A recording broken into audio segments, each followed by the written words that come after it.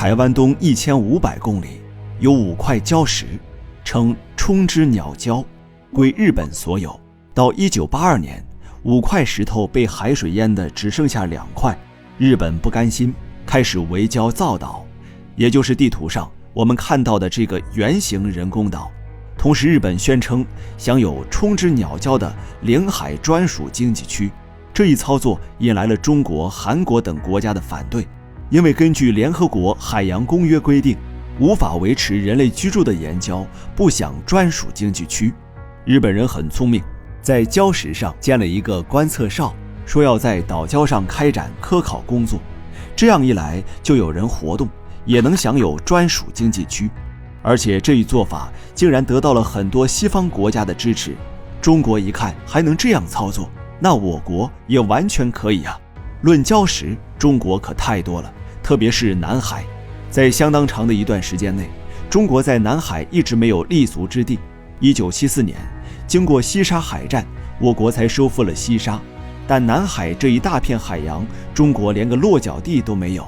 1988年，联合国教科文组织委托中国在南沙群岛建立海洋观测站，对中国来说，这是一个机会，可以顺理成章地接入南沙群岛。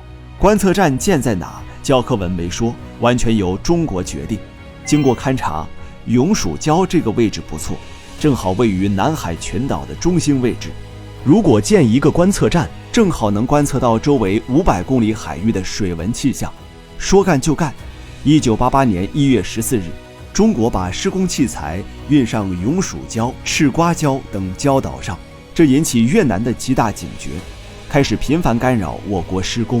中国就跟越南在赤瓜礁打了一场小规模的海战，中国大胜，拿下了永暑、赤瓜、华阳、南薰、主碧、东门6座岛礁的实控权，把我国的南海实际控制点向南推进了800公里。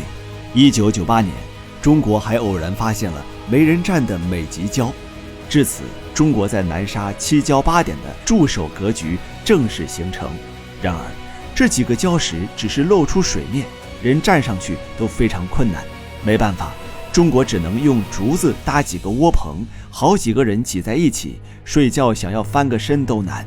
而且由于海水的强腐蚀性，仅3个月，这些窝棚高脚屋就会全部烂掉。后来换成了铁皮房，但这里是赤道，太阳直射铁屋时，里面跟烤箱一样热。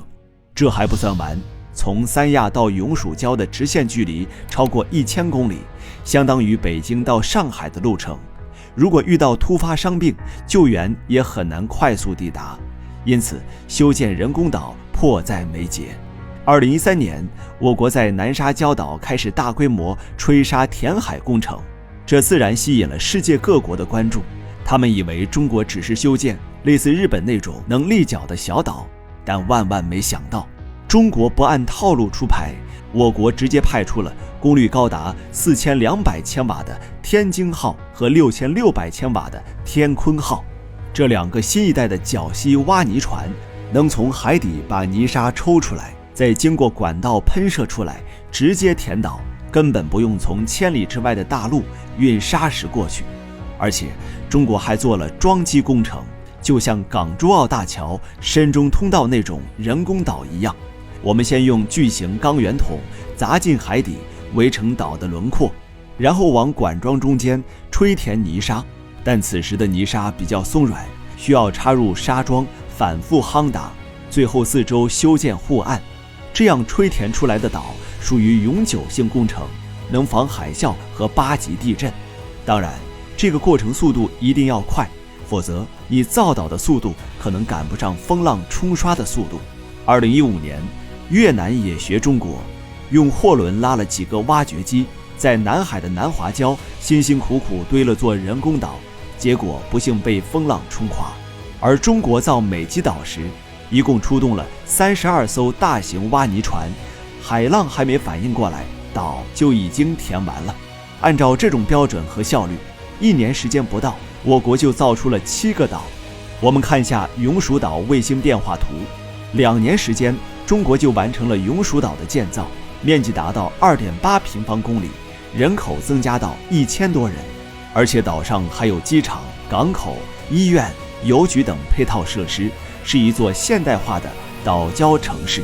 更可喜的是，由于淡水透镜体现象，永暑岛还发现了淡水资源。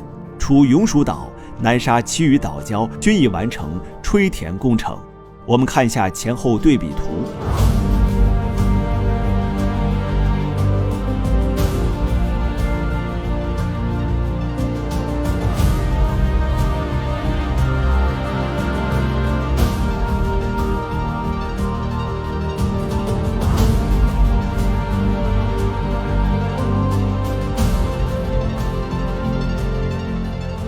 虽然现在我国在南沙实控岛屿数量不多，但我们拥有的陆地面积对周边形成压倒性的优势。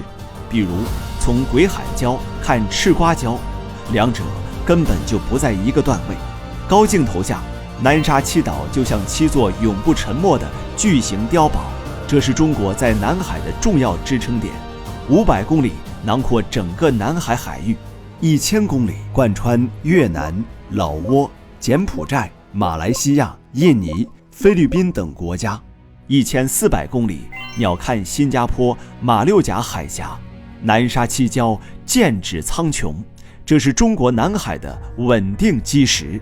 当万吨舰船划破海天，10段线内皆是中国坐标。